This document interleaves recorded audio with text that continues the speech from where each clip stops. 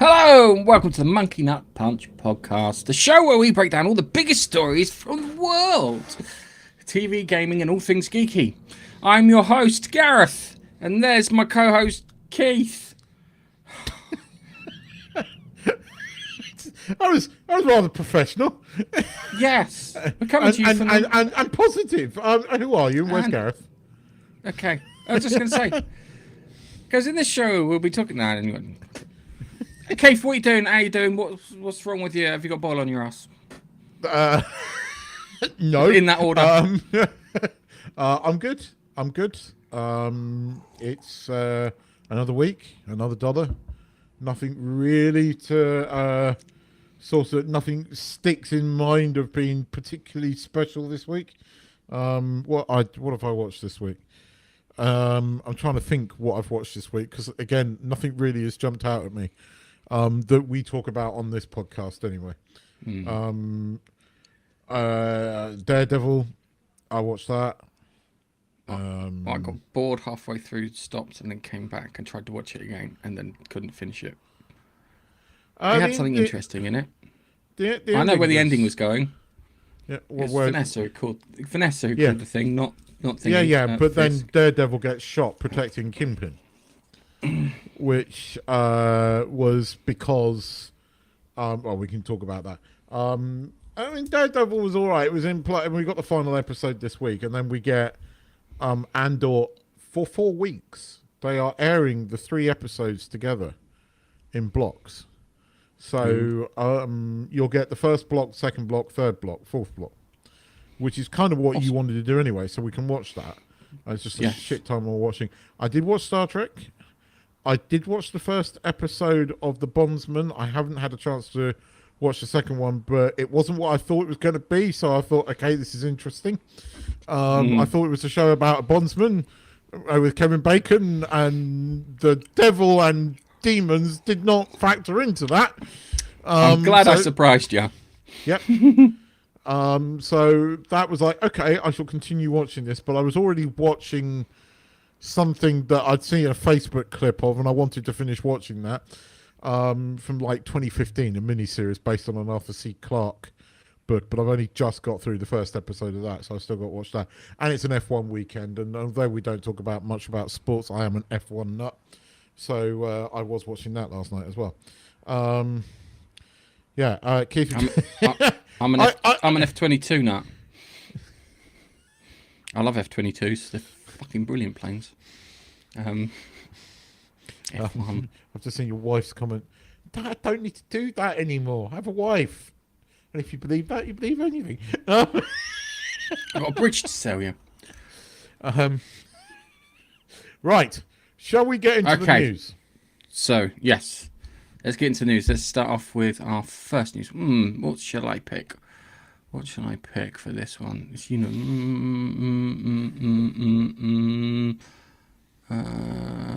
I'll have that one, actually.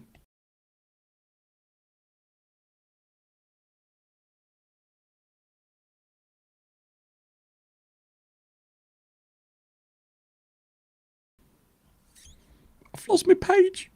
Give me a second. Universal Destination Experience, a division of Comcast NBC Universal, has officially announced plans to build their first European theme park resort in the United Kingdom.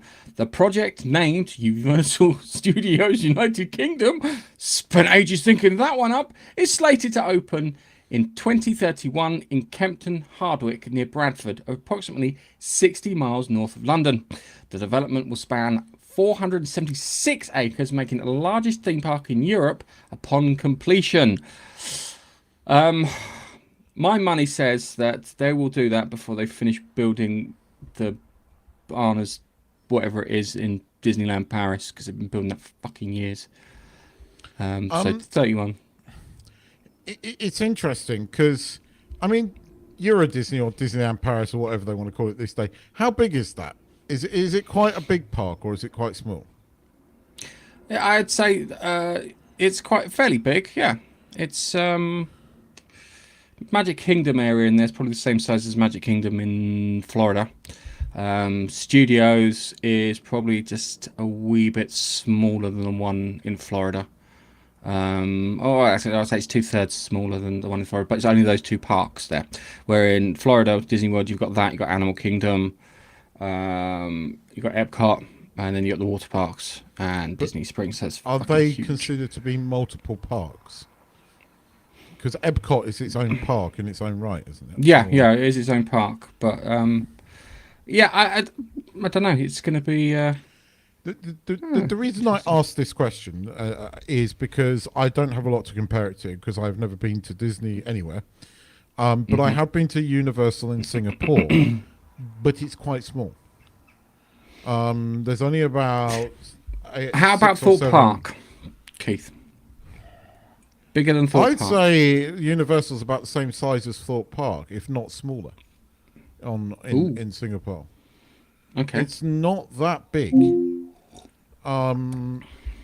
It doesn't have that many, it's got the Transformers ride, the Battlestar Galactica ride, which is the dual coaster where you're either Cylons or the what's it, and they both go together. Yeah. Then you got the Mummy ride, which is pretty good. Although shut I love the Mummy one in Florida. It's apparently very similar to the one in Florida, where you go up Okay. and then they set the roof on fire and then they just tip you back in the dark, and you fall back and yeah. And there's a few other sort of kiddie rides there. I hope that this Universal in the UK is bigger, as in I want to see like Yeah. Harry Potter there. If they don't no. do build, Sorry, Keith. what? They can't do Harry Potter there. Why? They don't have the rights. What they are going to put in there: James Bond, Paddington, Lord of the Rings, Jurassic Park, and the Minions. So What, you we don't don't think get they'll Harry do Potter, Harry- but we do get because they haven't got the rights because the rights are owned by the studios. We have the studio tour. If you've done the studio tour, it's annoying as all hell. Because Tanith was telling me about it.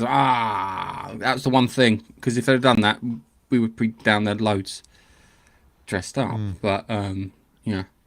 So yeah, it's not. And plus, I think Harry Potter's rep is going to take a fucking hit soon. I'll be honest with you. So it may be wiser to put Lord of the Rings in there. It really, Well. really might be, as long as it doesn't put Rings of fucking Power in there. But Lord of the Rings would be fantastic. I don't know what kind of rides you do there. Maybe a fly through Minas Tirith or something along those lines. That'd be quite good. James Bond, I think, is going to be like the action show that you get with Indiana Jones, jumping in cars. 7 stuntmen all playing the same part and an actor. It's going to have a big 500-room hotel. It's going to get an extra, they reckon, 8.5 million visitors annually. Should be quite good. And 28,000 jobs during construction and 8,000 permanent roles after, which is a good thing. And it's going to bring quite a bit of money too. It's Universal, right? Universal know how to make theme parks. They actually know how to do the making of theme parks. They know how to make a ride. They said they're going to make a ride, and a year and a bit later, the ride's there, it's open, it's running, and everything's fine. Disney can't do that shit to save their life. I always get the feeling that you guys, I know your significantly better looking half likes Disney, but I always get the impression that you have more fun at the Universal parks when you go. Well, what Is that me true, and Dexter or- do, it's an age thing, I think. Yeah, so where we've kind of grown up and whatnot, I think that's kind of Dexter's like we got a thing. Me and Dexter got a thing for the Hulk ride at Universal. So we got that one, and we try and go on that as many times as we can. and it's like I think last time we went 4 times in a row. We promised the wife we were only going to do 3. But yeah, we do. The rides are more thrilling at Universal. I like the Mummy ride at Universal. I thought they were going to shut it down at one point. I was, it's. I remember going around there, and I got pushed into the machine so tightly, I managed to pop a ball out and have it squeezed down on the thingy for the entire ride. So I'm going up and down, and every time it goes up, it squeezes it, and every time it goes down, it releases it, and every time it breaks, it hurts. Every time it goes away, it's fine. I had to do it. It was the last experience I had before they shut it down for some repairs, and then when I went on it last, I was fine. But I still had that trauma from having my ball squashed by the fucking safety harness. My wife's got a thing about sort of framing good pictures of when we've done like theme park rides or done like gone to like touristy places, and center stage of this frame, so like slap bang in the middle of all of these is the Mummy ride. And there, it's a really funny picture because there's my wife with sheer joy on her face and excitement. And then there's me looking as petrified as I possibly can get. And I know when they take the picture because they set the fucking roof alight, right? And you feel that burn. Oh, yes. Yeah. And then they tip you back in the dark. And I just was not expecting it. And I mean, I shut myself near enough. And the picture's great because there's Lem's just loving it and me crapping myself. As he's still here and not self-promoting yet. Hello, Dave. Sorry. But I liked the Mummy ride. As much as that picture says I don't, I think it is actually quite a clever ride. And that was probably the best one at Universal that we went on together. But that's in Singapore, and actually it's part of it's on an island in Singapore. So there's another island off Singapore, and there's lots of sort of different there's rides there. You can do those like going down the hill toboggan things that you can break yourself. Yeah. And they've got like 6 different tracks there now that you can go down, and that's just epic fun because I can almost take it on 2 wheels going around some of those corners. And there's a Segway thing, you know, those sort of like, you know, what mall cops ride, right? Things there. Yeah. They've got like off-road versions of those, right? Oh, I've done that. I've done that in the Black Forest around the back of was it Studios where they filmed Harry Potter. So they've got one there, and I kept getting told to slow down, and all I wanted to do was go faster because, you know, if you go around quick enough, you can kind of get it again on one wheel, and that was so much fucking fun. And yeah, they nearly threw me off for going too quickly. I was like, I'll sign something. I don't care. I want to carry on. I fell off one when I hit a tree root, and I was going really fast. And it's funny because I stacked it, and then when I landed, I purposely made a meal of it because it was one of those things. You've fallen off. You're not supposed to fall off of these things. Make it look funny because if anyone's watching, they can have a laugh. Yeah. So just went, fuck it, go with it, and I'm like all arms and legs everywhere. I had one person come back, are you all right? Goes, yep. Goes, fell off the Segway and landed on my pride. So yeah, it's hopefully it'll be good. Hopefully we'll hear some new news about it. It's a shame about the Harry Potter part. Agreed. I'm sure if they should try and push to try and do some Harry Potter stuff in there. That's. It just makes sense. It really makes sense to have a Universal ride in the UK and Harry Potter. It just does. Yeah. Yeah. Agreed. Think about it. You put Hagrid. You don't have to. You don't even have to. What do you call it? Design Hagrid's one. You just have to put it in there. Literally, just copy and paste it from the Florida one.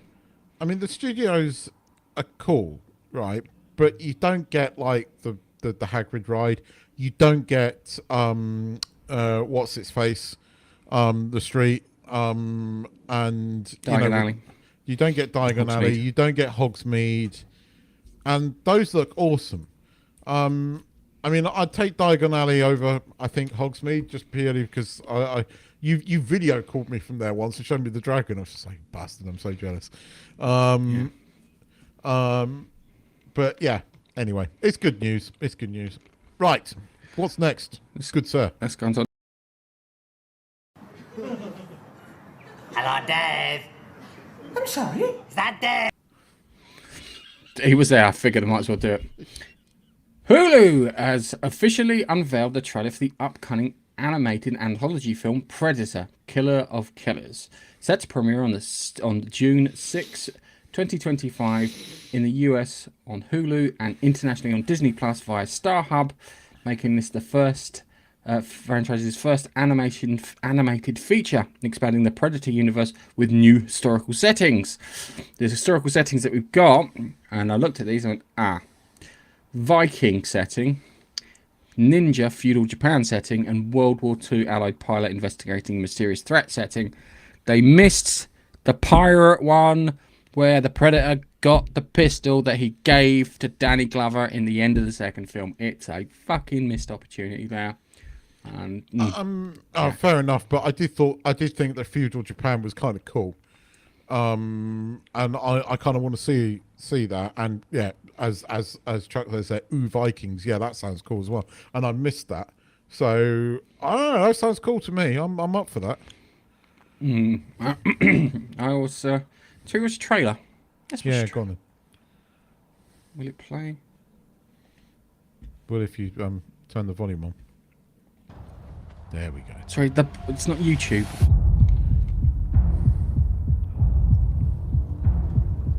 See, this looks quite good.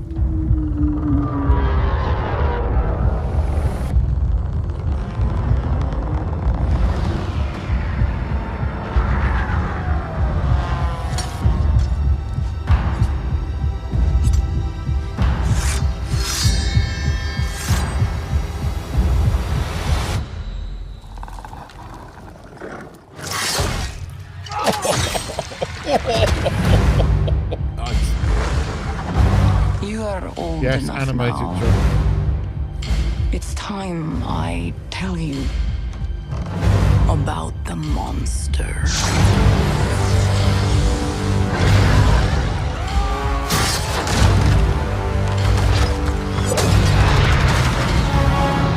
I quite like the animation style. Yeah. We must kill it, or it will kill us all.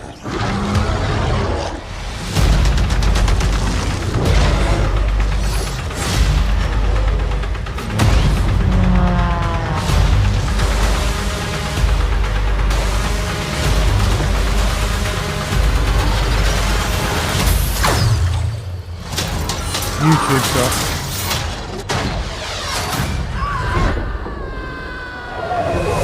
That seemed unnecessarily violent.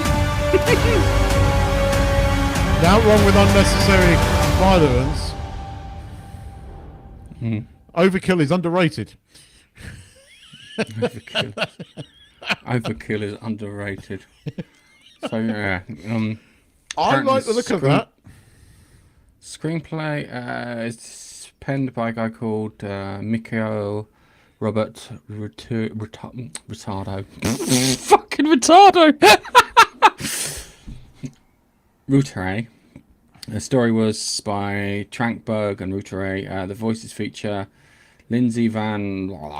Robert... I have no idea. Ricky... None of these people. Oh, and Michael Biehn. It's got Michael Biehn in one of the voices in there. Managed to produce live-action Predator Badlands, utilising remote collaboration during filming in New Zealand. So there's a Predator Badlands? So we're getting an Alien TV series, and we're getting Yep. an animated Predator TV series. And I've got to say, the animated TV Predator TV kind of looks good. It's the animation style I kind of like. I kind of like the settings. Okay, seeing predators in pirate times would have been cool, but you know, we never know. They could do that in another season of it. So, but that looked cool. The bit where he stabs the guy, then like, you know, presses a button, and two fucking side things got and just literally cut him half. That was kind of cool. The one I like is the bit where the ninja's climbing up the wall and the Predator's just like on the wall watching and encloaked as it's going up. It's like, oh, okay, cool. Yeah, no, I'm up for this. It could be shit, but on the other hand, it could be really good. So, and I do like the animation style. The trailer works. The trailer works. Yeah. Okay, cool. That's oh, hang on. I need to share the fucking screen.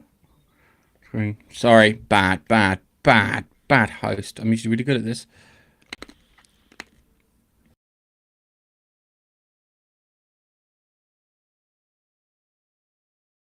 Oh no! What? I figured I might as well take the piss out of myself. Lucasfilm is reportedly developing a Star Wars project for it that leans into the horror genre. Early speculation suggests that it could be set in a darker corner of the galaxy, potentially exploring the Sith legendary, ancient curses, or Force-related psychological terror. The project's supposed to be inspired by horror classics and sci-fi horror films similar to Alien, Event Horizon, or even The Witch. It's designed to explore the fear and dread of the unknown within the Star Wars mythos. You don't need Star Wars to do that. You can just do a nice film, a nice horror film. There's plenty of them. It does feel like they're clutching, doesn't it? Yes, it does feel like this. You know, again, a Star Wars horror project. All right. One part of me goes, well, that sounds interesting. Maybe we could lean into the darkness of the Sith, especially if we went back 1,000 years. It could be an interesting project to do. 10 years ago. Oh, Now, I don't think anybody will watch it. You see, I don't think anybody's going to watch Andor. I think the reason that Andor is doing the 3 episodes at a time is mainly to try and get people to watch it. I mean, the trailer works. The second trailer works. The first trailer was dreadful with that god-awful music. But yeah, I'm not sure anybody's going to watch this. I mean, maybe it would have been an interesting concept, as I said, 10 years ago. But I mean, we've already had a Star Wars horror project. It was called The Acolyte. yeah, and it was a horror project for all the wrong reasons. it was. It's annoying because it's like, all right. You know how you watch certain films and always have a kind of hint horror-y sort of aspect to them. So I think it may have popped up in Doctor Strange, but the one that sticks out for me is the first Aquaman movie, where they're on the boat and they're getting chased by the weird creatures and they're swimming up from the boat, and you can get that big shot. You see them coming up and them swimming up in the boat on the top and the storm above and everything. You can do that kind of hints of horror inside Star Wars. I don't think you can do Star Wars horror. That's for a fan film. That's for someone in the fan community to make, and we go, oh, that's fantastic, it's brilliant. But I don't think it's for a studio to do. That's probably what they're working on. I mean, you get that. I mean, in, what is it, Empire Strikes Back, where he goes through the cave, you get that kind of weird, sort of trippy, horror-esque scene. And you could do more of that, and it's not going to appeal to the whole Star Wars set of fans, but you could do something interesting there. The problem is Disney has completely and utterly ruined Star Wars, far more than I think Marvel in many ways. And I can't see this. Yeah, as I said, I would have been potentially interested 10 years ago. I saw this and I thought, I'll stick this in there just to take a dump on Star Wars and tell Disney, you fucked up. Yes. And Definitely. fire Kathleen Kennedy, because she's one of the reasons why. I think the rot's deeper than Kathleen Kennedy. I think it's all the way yeah. through. It is. I mean, there's that. How what's his name? The one that had to go at Star Wars Theory. I mean, he should have been fired on the spot. Oh, that guy should have been. Yeah, that guy should. Pablo Hidalgo. Yeah, he should have been fired straight away. I mean, literally out. No, you don't sit there and you shit on a YouTuber with millions of fucking subscribers, someone who's recovered from cancer, someone who clearly cares about it. What you do with that person is you go, hey, would you like to come to Skywalker Ranch and see some stuff, and show them some stuff and say, don't write anything negative, just pull out the positive bits, just for a week at least, and then after the visit you can say whatever you fucking like. The fact that fucker is still there and surrounded by people that protected him means, oh yes, The Rock goes far deeper than Kathleen Kennedy. They should fire the lot. But Disney won't do that. I mean, as I said, Hollywood's fucked. Hollywood is fucked in more ways than one. That's a story we could talk about, but we haven't scheduled anything in the diary. So the long and short of it, Star Wars horror. Nah, yeah. I don't think it's going to make a blind bit of difference. And because we said Star Wars horror, put a ticket. In the upcoming Marvel Studios film Fantastic Four First Steps, set to release July 25, 2025, Joseph Quinn, who portrays Johnny Storm, known as the Human Joseph Quinn will portray Johnny Storm, known as the Human Torch. Quinn is recognised for his role in Stranger Things and aims to modernise the character, moving away from his traditional womanizer archetypes. He believes that the contemporary audience may not find the classic bravado-driven persona as appealing. Quinn describes his version of Johnny Storm as less callous with other people's feelings and possessing self-awareness about his attention-seeking behaviour. This approach seeks to add depth and emotional complexity to the character, aligning him with evolving audience expectation. Fantastic Four First Steps will also feature Pedro Pascal as Reed Richards, Vanessa Kirby as Sue Storm, the main character of it, Urban Moss Baccaran as Ben Grimm, who's going to be gay, and the film is anticipated to integrate the Fantastic Four into the broader cinematic universe with potential appearances and future crossover events. I doubt it, given everything I've started hearing about this. Are you telling me they made the Thing gay? Did you not hear about that? No. They made the Thing gay. Sue Storm's going to be the one that they're going to fucking feature more than any other character. Oh, we're fucked. They fast-tracked this film. So this film was made after most people started going, this is crap. Let's start with the first thing. Pedro Pascal is famous. Is famous for being in films where he takes a backseat or he gets shat on as a male character. Yeah, that's what I say. Explains Pedro Pascal. Yep. Yeah. It's annoying because Vanessa Kirby, quite like Vanessa Kirby as an actress. She seems all right. The chef, I'm going to call him the chef because it's just easier to call him the chef. As the Thing. Didn't he have a blind girlfriend? Didn't the Thing have a blind girlfriend? I'm sure he had a blind girlfriend in the comics, cartoon, and the films. And it's annoying because Johnny Storm is supposed to be that petulant teenager, yeah, who's supposed to cause trouble being the petulant teenager, yeah. He's supposed to be the petulant teenager. Ben Grimm's supposed to be the grouch, yeah. The two of them, because of the way they are supposed to play off of each other, yeah. And Reed and Sue are supposed to play mum and dad, yeah. That's how it was always supposed to be, yeah. Sue Storm's powers I always find quite amusing because she's a woman, so she can become invisible. And then she throws up invisible barriers that you can't see, that you don't know about. Not saying. And then you've got Reed Richards, who's supposed to be like a genius and this, that, and the other. But I think the Thunderbolts is going to be the better film. I'm gonna put 20 quid. I'll make a bet with you, 20 quid at the Thunderbolts. I'm not going to take that bet because I think you're right. I don't think that's him actually saying this. I think that's a talking point he's been given by the studio. And the fact in 2025, with everything that's going on, they are not... Read the fucking room. Read the fucking room. The only people that Disney are going to have to blame when they go bankrupt, and they will go bankrupt, right, is themselves, because this is bullshit. None of them have got a backbone, so they think if they were to go back to making normal, entertaining movies, you know, the 1% of people on Twitter would criticize them, and no one would go and see these movies. Atomfall is a game that's just come out. Don't tell me anything about Atomfall. I haven't got round to playing it. I'm not going to tell you anything about it.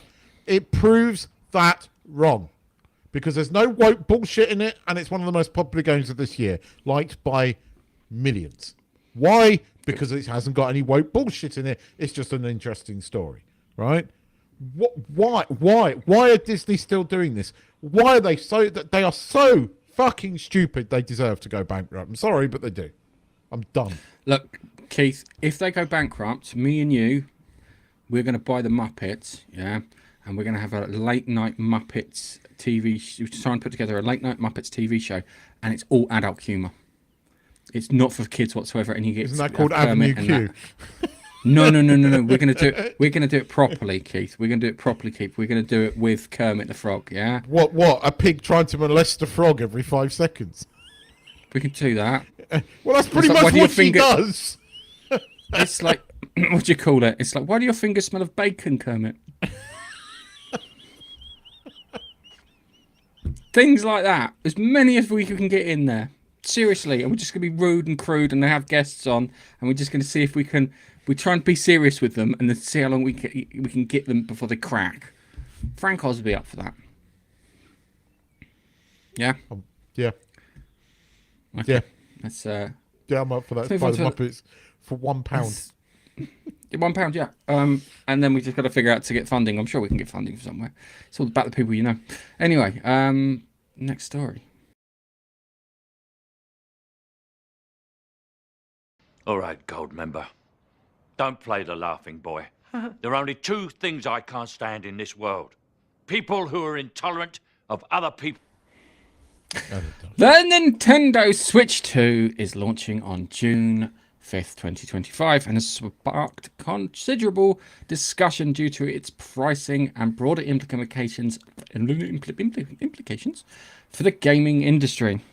So if we start off with just the regular pricing, yeah? So in the States, the Switch 2 will cost $449.99. That's before tax, because you're supposed to pay tax when you buy things online, apparently. And in the UK, it'll cost £395.99, which is the equivalent of $510. In Europe, it'll cost €469.99, which is $518, which is still fucking cheaper than what they've got in there, but again, it's got the tax in there. Australia, $699.95, which is $430, which is less than the US. In Japan, 69,980 yen, which translates to 479. So imagine all of these things that you see there, with the exception of the US one, includes tax, because in the US you get different levels of tax depending on what state you're in. Well, you've got to add that plus tariff cost. Oh, we're not sure about tariff yet. They've all been paused. Well, anyway, the tariffs were against China, and China's going mad. It's funny watching that. These prices are a significant increase from the Switch 2's launch price of $299 in 2017. Nintendo of America President Doug Bowser said, "Your princess is in another castle." This is due to the console featuring a larger LCD screen, improved Joy-Cons, new functionality like in-game chat. Also, information says the goal remains to keep the device accessible to consumers. But then turns into the gaming pricing trends, and this is the bit that I get fucked off with. And the reason I get fucked off with, is it might be alright for Nintendo to do this because their games usually come out finished and don't require too many Actually, saying that, they have started doing patches, haven't they? Zelda had one or two. Zelda did, yeah. Nothing major. Yeah, because you get the fucking day one patch. So, like, Assassin's Creed Shadows had a day one patch. You can't sell me a $70 game, even though I'm not American, $70 game or £60 game, and it's not complete when I buy it. I can understand small things, but if you're sitting there, you're fucking installing a whole new game, yeah. So, for example, first-party titles for the Switch 2 are also going to be seeing a price hikes like Mario Kart World and Legend of Zelda Tears of the Kingdom. It's priced up to be $79.99. This shift reflects a broader industry change where rising development costs and inflation are leading to higher games priced globally. Bollocks. You're inefficient. That's what the problem is. You are fucking massively inefficient, yeah? Hi, people who can do the job, firstly. Stop your fucking diversity hire. You can't afford it, yeah? And we can't afford it too. There's one argument I will say. Nintendo have always been on the pricier side of games, right? I mean, you know, Nintendo games have always been pricey, right? They have always led the charge with increased price of games. The console charge, that doesn't actually surprise me that much, and actually it's probably true. It is a larger LCD, it's a larger battery life, it's a more powerful system. The dock has a built-in fan. There's a lot more to this system than the original Switch. If it lasts as long as my current Switch, which is 8 years old and still going strong, then it's worth the money. I am on the fence.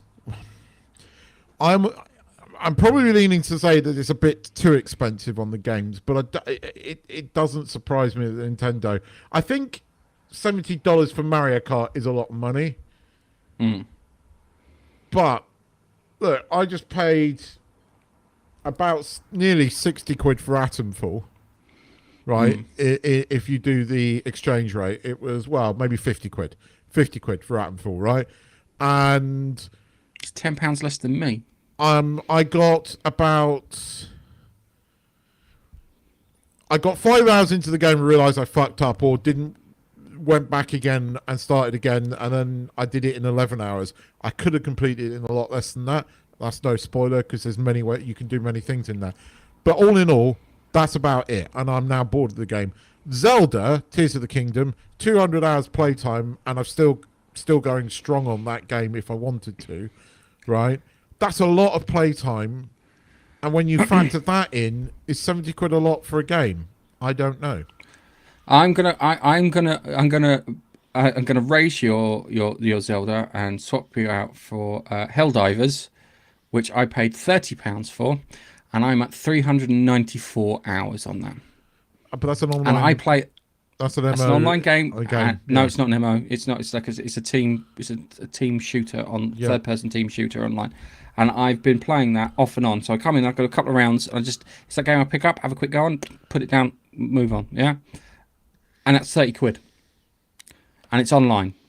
But it's an online game, so therefore development time in that game is not as much. The excitement comes from playing against other players, so the development time. No, you don't play against other players. You play against the bots, or Joel, as they like to call him, who's the guy in charge of. It's still like what? How many levels are there? Or how many levels are there? It's planets. It's planets and tasks and bits you have to do. So you go to different planets to different tasks. They've introduced. They've got these giant walkers now that walk across. They had them before. They're called factory striders. They look like AT-ATs, and it's like going across the map. Oh, so it's a constantly developing game then. Yep, it's constantly developing. All right. Oh no, it came out. It had two enemies. You had the robots and the bugs. December they introduced the squids, and I am a fucking squid killer. So much fried calamari out in the world. The only thing I would say is, having played Tears of Kingdom, it is still, in my opinion, one of the most technologically impressive games that I've ever played. In fact, it is the most technologically impressive game. It is huge map, right? And there is a hell of a lot of development that went into that game. A lot of clever thinking, and the gameplay is almost instantaneous with the way that you play it. I can see an argument for it being worth that kind of money. That's all I'm saying. Okay. Mario Kart, no. I was a little surprised how expensive Mario Kart was. It's not, what do you call it? It's not that. It's what other things. So the Ubisofts, the EAs of the world, the Warner Brothers of the world, the Sonys and your Xboxes, they're going to see that as a price to up their unfinished games and make people pay more. And that's the problem.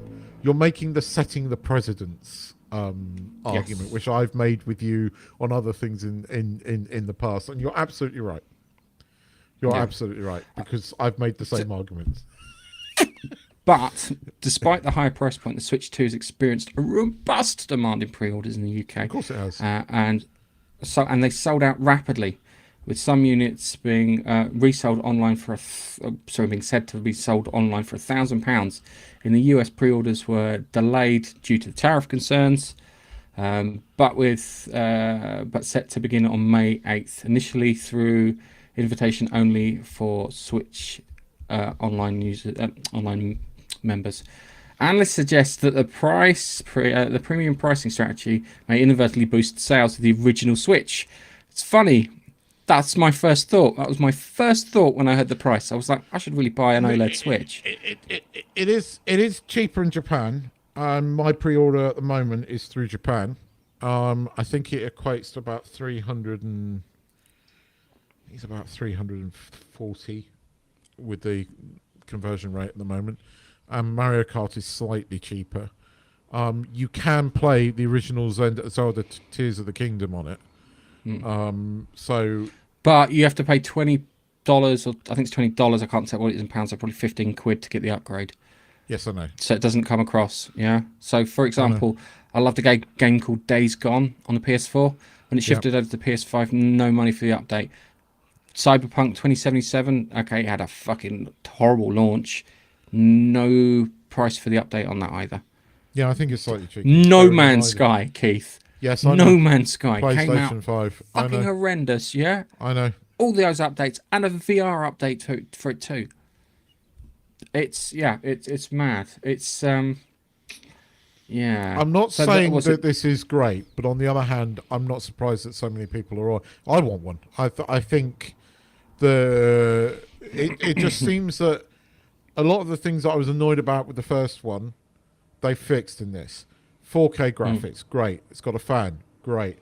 Click on. I always found the Joy-Con sliding them in annoying. Clicking on with magnets, great. And all these people going, "Oh, it's going to break." They said exactly the same thing about the Switch. 8 years on, that's still just as good. The one thing that people were right about on the Switch was the little fucking side stand, which my niece broke within a fucking week. The one on the Switch 2 looks much more robust. It is bigger. We will see, because I kind of like the size of the Switch original.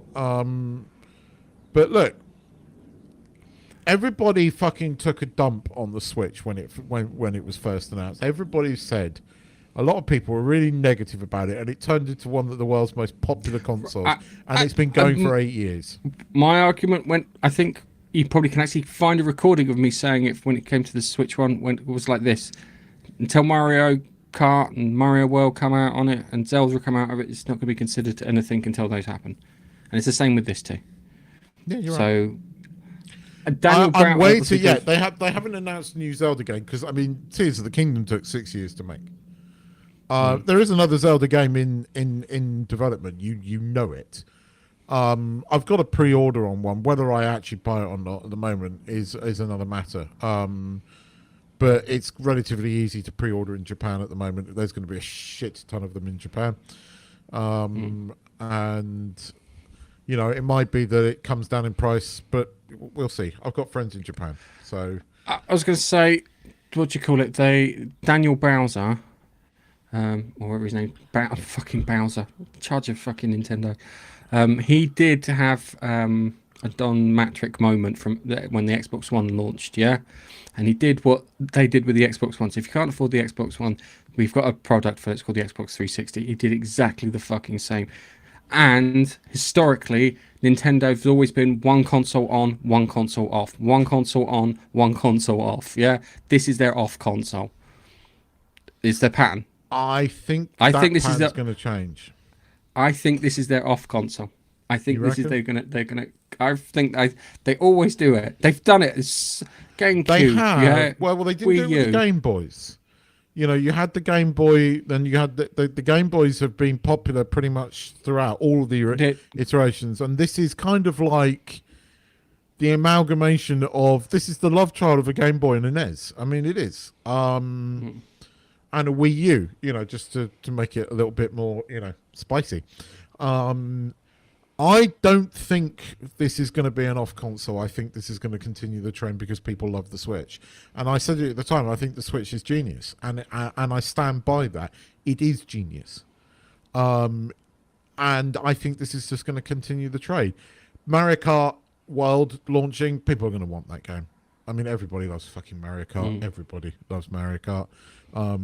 Especially, if you're living in a student household, you'll get it because, everybody's a competitive thing. When I was living in a kind of student accommodation, we weren't. We were all working, but we acted like we were students. What did we play? We had a PS4 with FIFA and a Switch with well, it was a Wii U back then. With Mario Kart, but those are the games. And fuck me, we were far more competitive on Mario Kart than we were on FIFA. And I don't see this being an off console, but the cost is. We'll see. You might be right, but I don't think you are. But I'm not going to say you're wrong. I don't think you're right, but I'm not going to go as far as to say you're wrong, because you are right with Nintendo in that respect. But this doesn't feel like the follow up to the Wii U. It doesn't. It feels like an S version of the Switch, if that makes sense.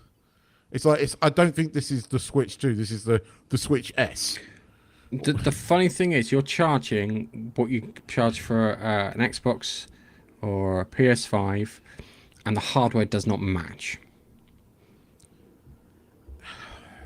And it really does not match. The hardware in the Xbox and the PS5 at the moment, in comparison to what you've got in that Switch 2. Yes, but you're forgetting the cost LCD's of not expensive. the Switch and the battery. $10. Although the battery is meant to be less. No, actually, I think it's more than that. In there, I think they $10 for an OLED screen. Yeah, on a mobile. This is a lot bigger than a mobile on an iPad. No. That's what they said. That's what they said for the Switch. When they put the OLED screen, it was $10. Well, we'll see. Somebody Think will do a about it. You've got hardware economies. cost. You've got the economy of scale there. Somebody will do a hardware cost, but Nintendo have always been expensive. This is not new for Nintendo, right? Nintendo games have always been expensive. They've always been premiumly priced. This is nothing new. Okay, we're just seeing prices, but actually, if you go back and look at inflation, Nintendo games were equally as fucking expensive 20, 30 years ago when we were kids.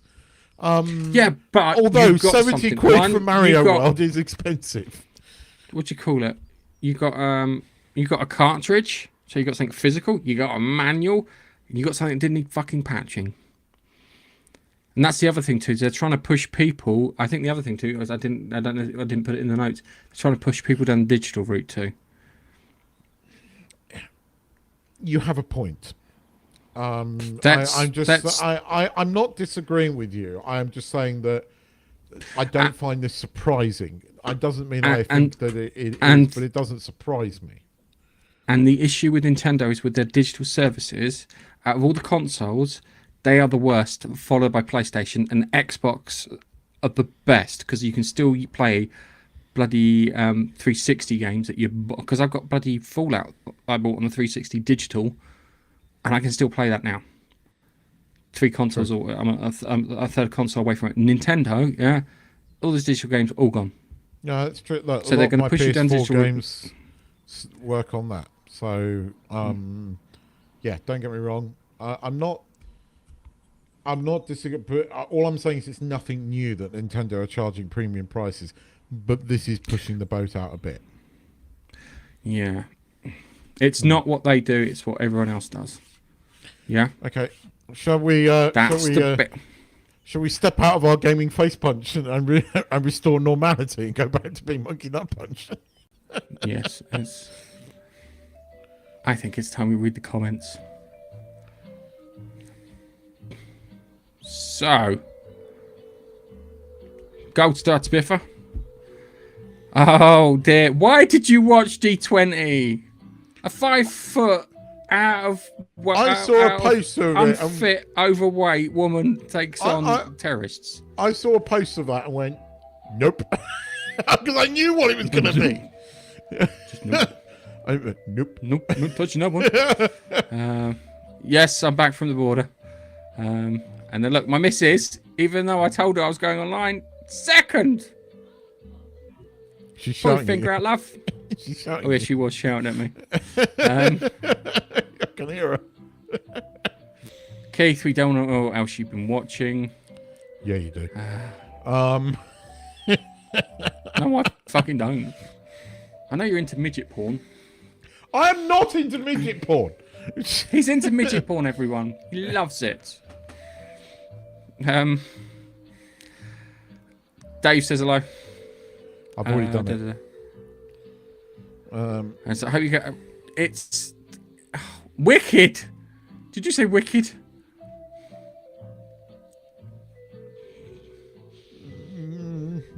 Okay. It's Harry Potter we're not getting. Even Chuck's in on the hello, Dave.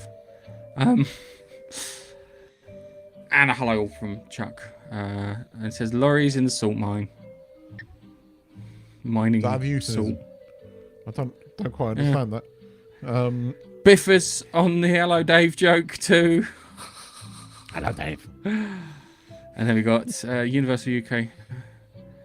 Yeah, even though the US is a dead zone. It's not a dead zone. Trust me, it's not. And that's talking about squeezing my ball on the mummy ride.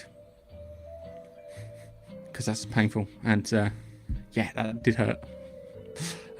Yes, thank you, Chuck. Thumbs up if you can, that'd be good. And ooh, Vikings for the Predator. Still need the fight with the Predator and the pirate. Because the Predator, because in there the Predator is hunting this pirate, and then he decides to help the pirate at the end because he's out fucking numbered, and the two of them fight off a horde of like other pirates. It'd be great. Oh, okay. Hang on a second. Low frame rate. Yeah, I answered him on the thing. It was Okay. YouTube. It wasn't. It wasn't us. What? It looked good from my perspective. No low frame rate. The animation was good. Ah, okay. Watch on side. YouTube smushed it too much. Yeah, true. He's a little crabby, like Mr. Krabby when he's Krabby Patties from SpongeBob. Biffa, here you go. Star Wars horror. It's actually a documentary about Kathleen Kennedy's mismanagement. I would think if they were to do something about Kathleen's mismanagement, it should be done in the style of The Thick of It, and you need a Malcolm Tucker character in there. Yeah, where it's just like, she's fucking fucked the fucking thing, the fuck. Like that. If you like cruel Muppets. Yeah, I've seen that Appetite Murders, but you want Kermit, yeah?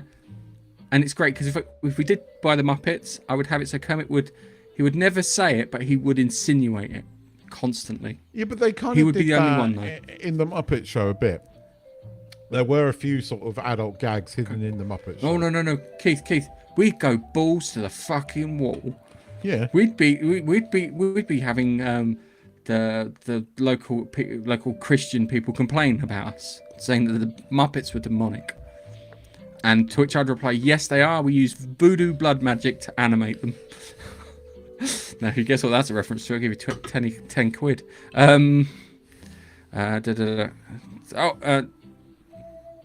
Angel's in. Sorry, there's a fly in my room. And it's the first fly I've seen all bloody year. So, yes, you're late. I won't hold that against you. Because I don't know where you live, so I can't find you to hold against you anything, so... We're done. So, what are we doing? Trailer. Well, you got another one. Oh. Yeah, we got. Oh yes. Dum. Oh, yes. Dum dum dum dum dum dum dum dum. Dum dum dum dum dum dum dum. Don't sue me. Don't sue me for copyright.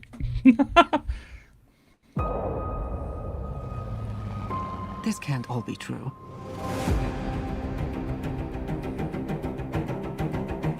Every word.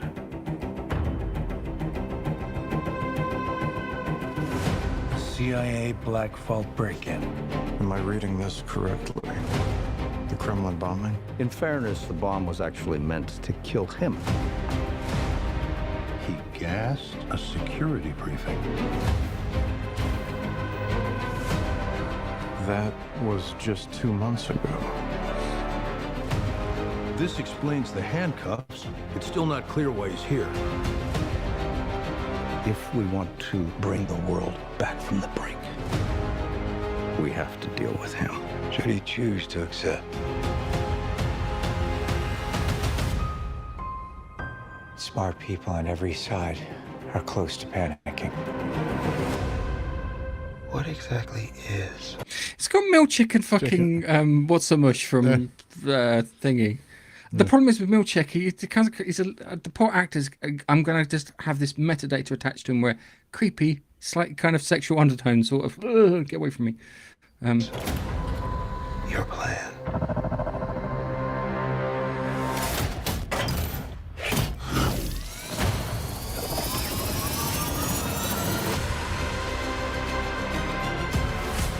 Your team has been betrayed, Ethan.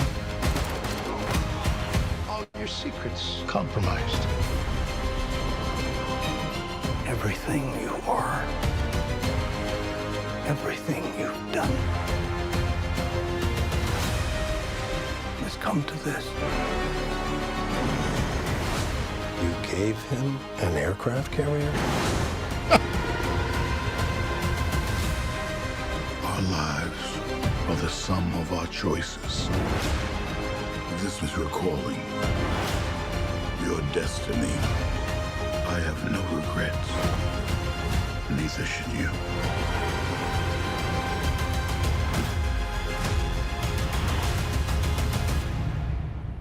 I need you to trust me. One last time.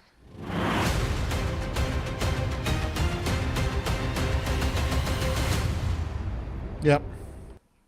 I know I was already going to go Yeah. and see this. Yeah. I like the Mission definitely. Impossible films. Some people criticised the last one. I thought the last one was quite good. It's got Hayley Atwell in it. She's still hot. I think what's so much Rebecca Ferguson's character's not dead. Oh, she's dead now, I think. No, I don't think she's dead. I think they stabbed it to make it look like she died. Yeah, so they could precipitate it so the computer looked like it's right, and then he's going to use that as a big reveal, saying, no, your predictive algorithm is wrong because we faked her fucking death. I think that's But they already faked her death in the first one. I think Rebecca Ferguson is dead in this. I think Do ya? everybody. I'm not watching I it. think. It's all right. Sydney Sweeney is head up. And it's got Hayley Atwell in it. Come on. It has got creepy Milchek. You're in the I feel Tash. so sorry. And he won't be as recognisable. It's the Tash. It's also got Hannah Waddingham Yeah. in there too. This looks good. I'm going to go watch it. I hope it's not the final one, but I think it is. Just don't kill Ethan. That's the rule, right? Do not do the James Bond thing. I would. I'll be annoyed if they kill him off, because, like James Bond, he should never die. Don't touch the duck. Who's that? Have you not? That's Echo, right? No. There's a game called Repo, and in it, there's a little duck that kind of gets in your way, and if you touch it, it eats you. Yeah. And I was trying to rescue someone's head in it to revive them, and I touched the duck. They only invite me along to their gaming sessions so they can clip my stupid fucking behaviour and put it on the internet. Yeah, but that is what's funny.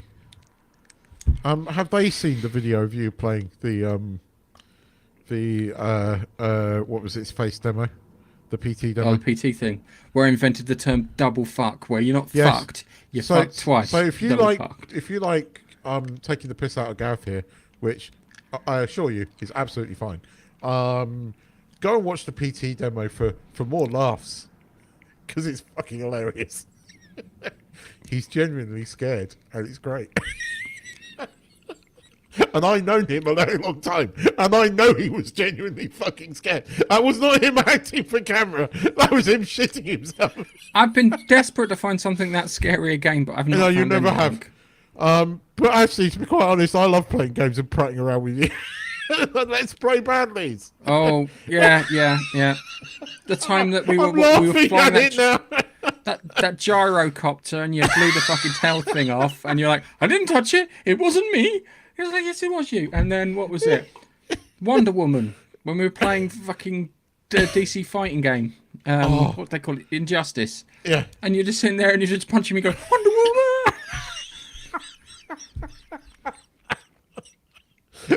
Oh, what was it? When we were doing the Star Trek, it was a fucking bleep bleep. Pew pew Padoing. Padoing. Padoing. Juicer Padoings. Yes, I remember that. We'll have to do something.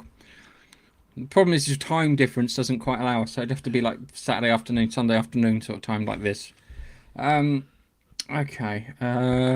What we got next? Oh, TV shows. We got Daredevil and Bondsman. Yes. Do you want to do the Bondsman first? I did watch Bondsman. I watched the first episode and I was pleasantly surprised as to what it was because I wasn't expecting that.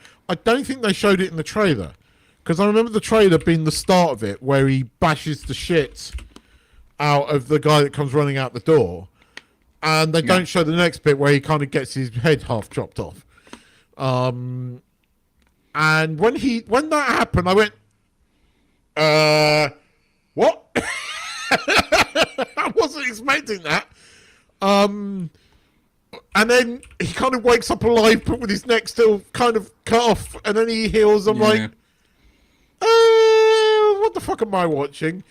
And then you get that at the end, and it's kind of like, oh, right, this is demons and the devil, and okay.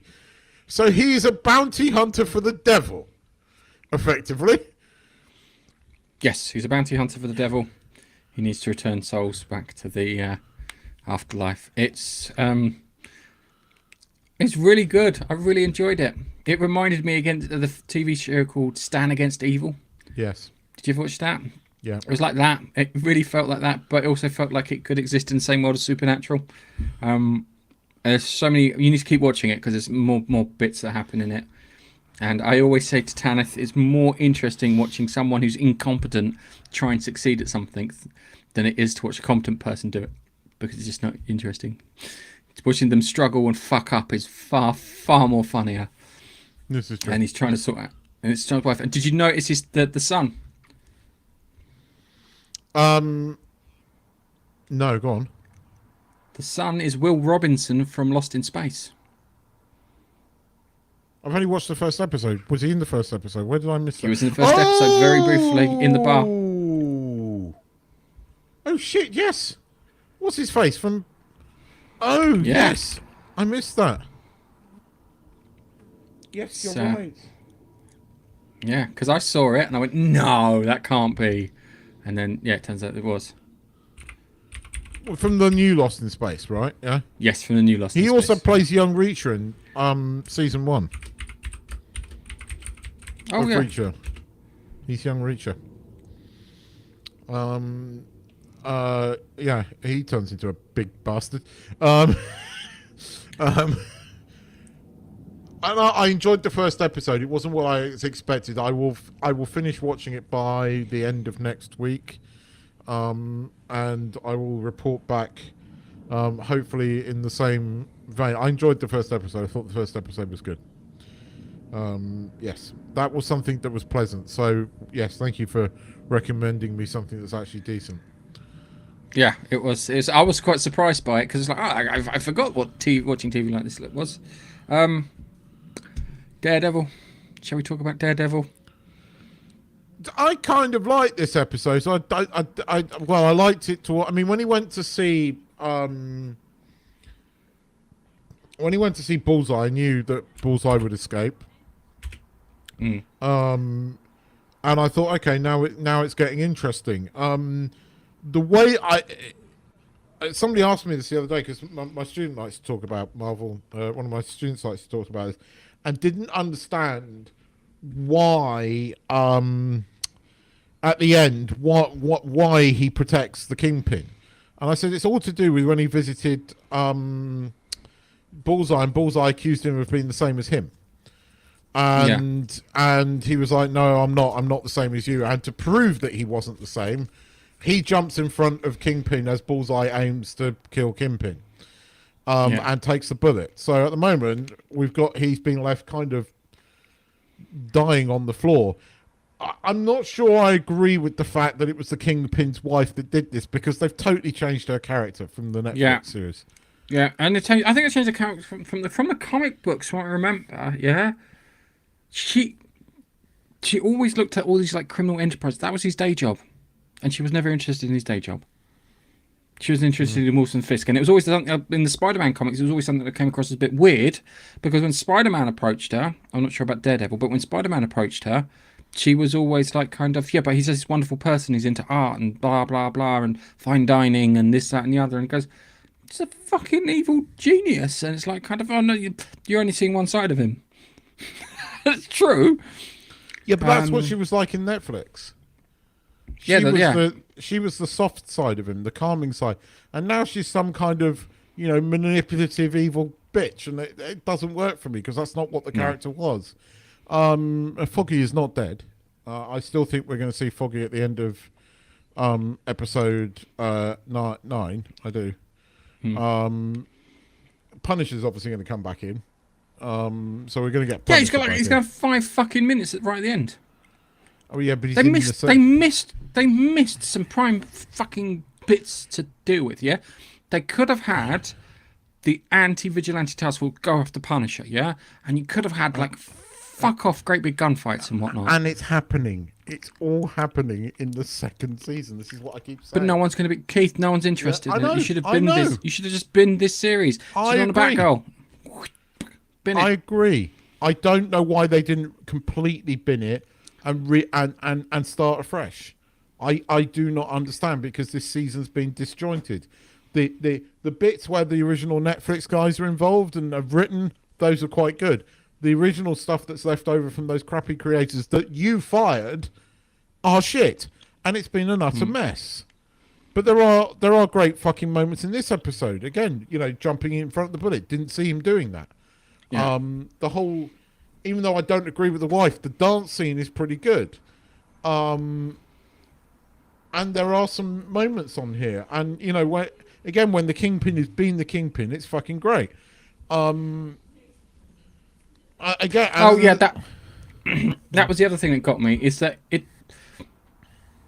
the Kingpin did the thing where he was trying to get the funding on a couple. I can't remember what fucking episode it was for. I told you before, it was like, I'm hoping the mayor can get the docs redeveloped. Oh yeah, it's a superhero TV show, and because it took 3 episodes for him to behave like the fucking Kingpin, and I'm just like, what the fuck is going on there? Seriously.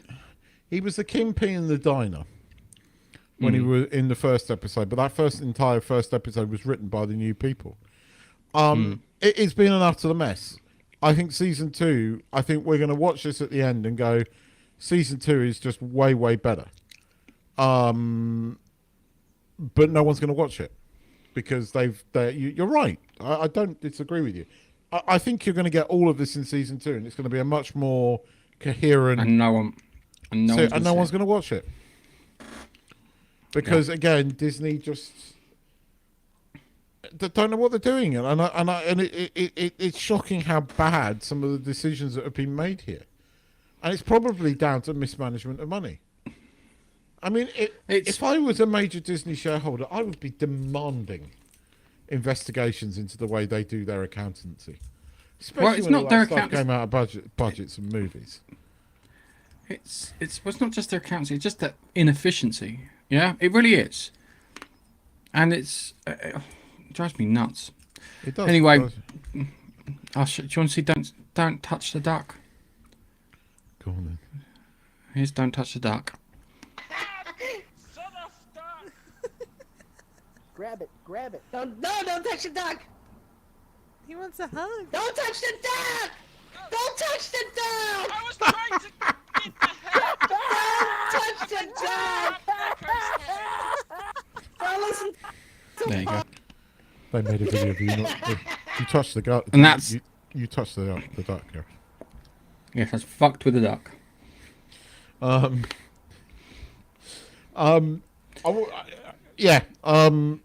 We should talk about Star Trek, but go on, let me talk about Doctor Who for 1 minute, please.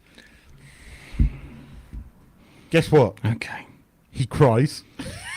Oh, fuck off. Yeah. Within the first 10 minutes of the episode, he cries. I'm like, right, and it's like, I mean, it is a parody of a parody of itself. Now, it's so bad, it is almost funny, I mean, actually, the new girl is quite likable. But she's already kind of been done. Asian girl working in a hospital. Mystery doctor turns up. Haven't seen that before. Oh yes, we have. Martha Jones. Although they've downgraded her this time, she's a nurse now because yeah, Martha Jones had a great bit in what was it? The one with Family of Blood, where she's talking to Jessica Hines, and she's going and she gets all the bones in the hand, yeah. And she said, "Because you read that in a book." Yeah, of course I had to read it in a book. I was studying to be a doctor, for crying out loud. Because women can't be doctors, let alone a woman like you. But they've made her a nurse so she can be man-explained to, and then she can tell them off and say how important nurses are. It's deliberate, right? And the bad guy of this, basically, right, it starts off with her and this guy, awkward guy who's a bit of a nerd, right, but says just things that even a nerd wouldn't say, right? Like, he's talking about how great it is to travel amongst the stars, and then he goes, do you want to know how far away it is? I'll explain it to you because I know women are not bad at, are really bad at maths. And it's just like, I can see where this is going, right? And then, you have these robots that come and basically take her away because he bought her for the misogynistic man buys her a certificate that she owns a star, and they somehow get that certificate. So they see her as a queen. So these robots come and take her, right? And cut a long story short, right? Through some timey-wimey bullshit, right? The reason the robots have turned evil is misogynistic man has been taken there before, and he likes to control things and thinks everyone's a video game, so he likes to shoot things and then take control. And then he orders to go and take this guy because he can control women. So the bad guy is misogyny, man. And of course then this is great, right? Because the doctor's seen her before, a bit like Clara, right? He takes her DNA and tests it. And she's like, I don't like you. You took my DNA without asking for permission. And she lectures the doctor, right? And he's like, I'm really sorry. I didn't mean to do that. I didn't ask permission.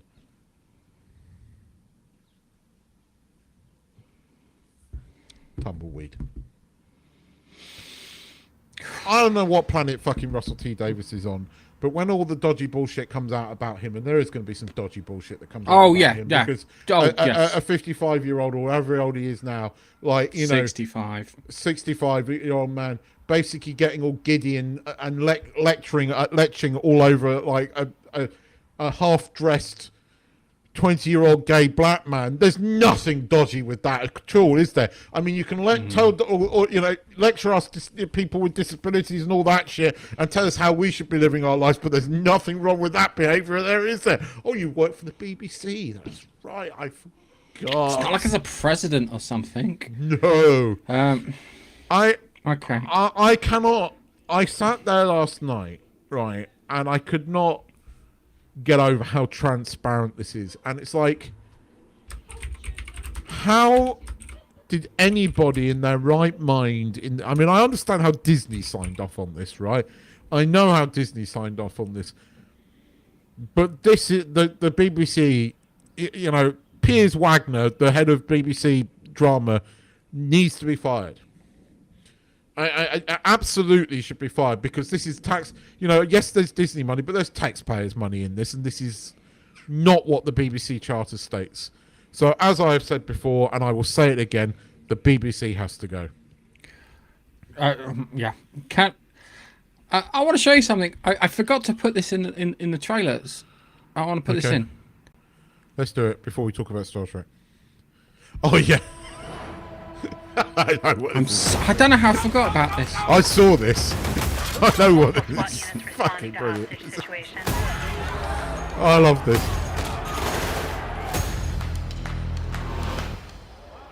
Hey, little girl, stop. What do you want, little one? Your ass. That's the sound of the police.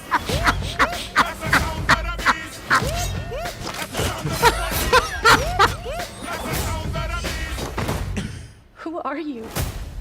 MNP337. Police Squad. The new version. Hi, Daddy. It's me, Frank Jr. Love you. Hey, Dad. Boy, do I miss you.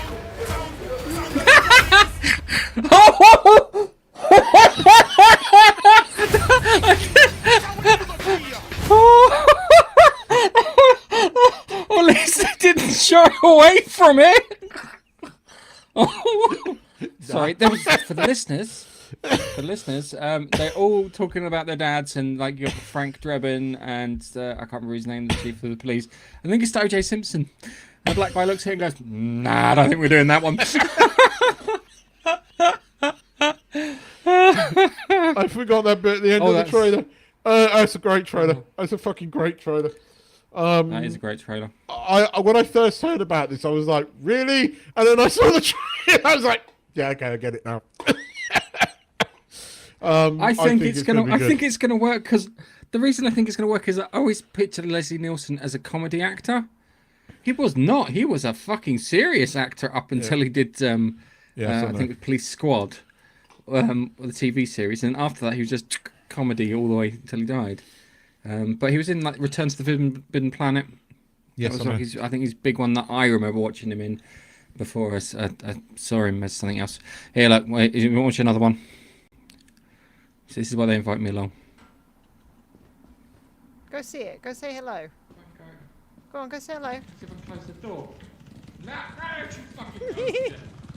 Why are you sounding echoey? It's local. Awesome. Can you hear me die in the background?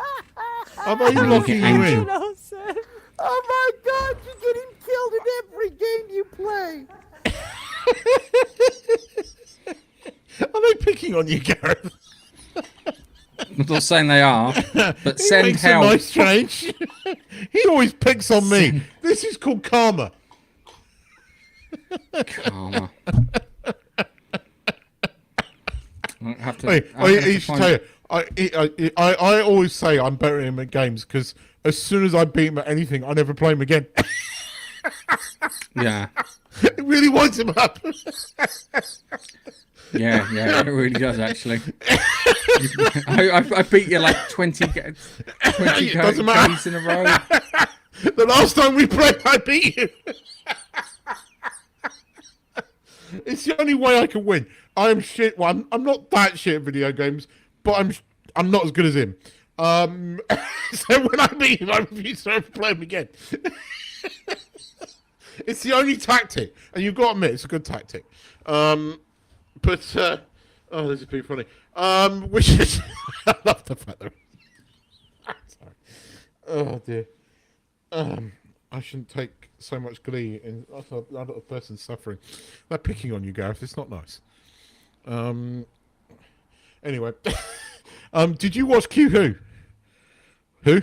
Yes, I watched Q Who. I watched Q Who after the podcast. I watched it in the middle of the week actually because it's like, again, the restoration is pretty good.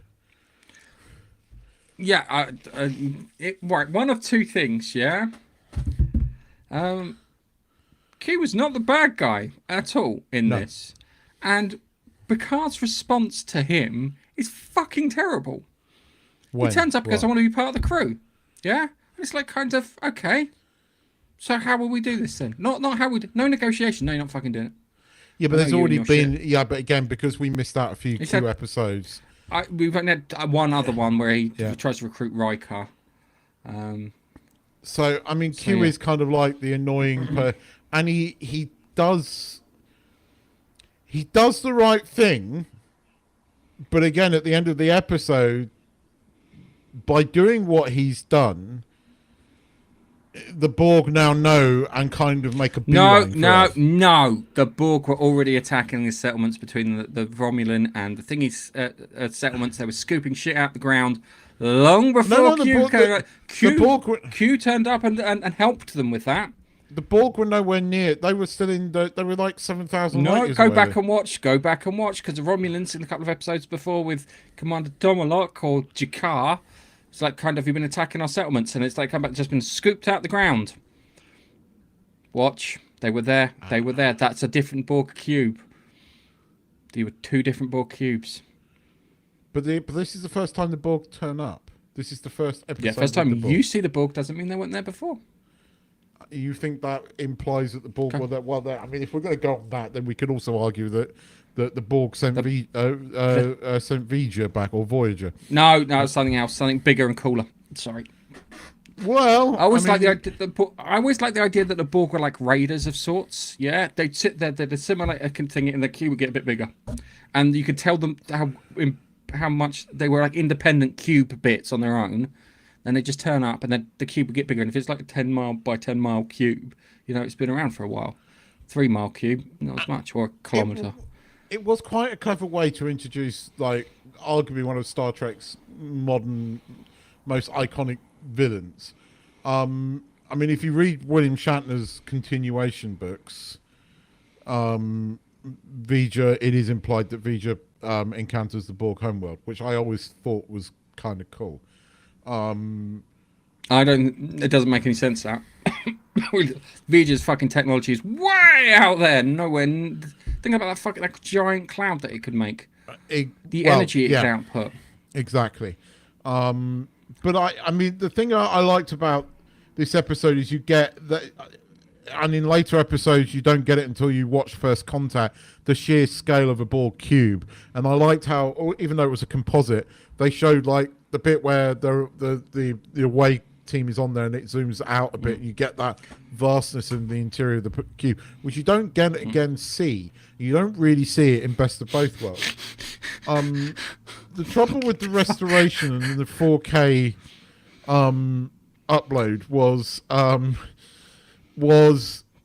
it did make the sets look a bit plasticky and a bit sort of like somebody got a mold machine and just like stuck a load of screws down and produced that effect, which is exactly what they did, I might point out. So, you know the whole Borg alcove thing? Yes. That was stolen from Doctor Who.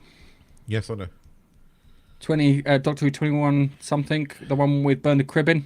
Yes, I know. And they've cybernetically altered people, and they keep them in those alcove cube style things.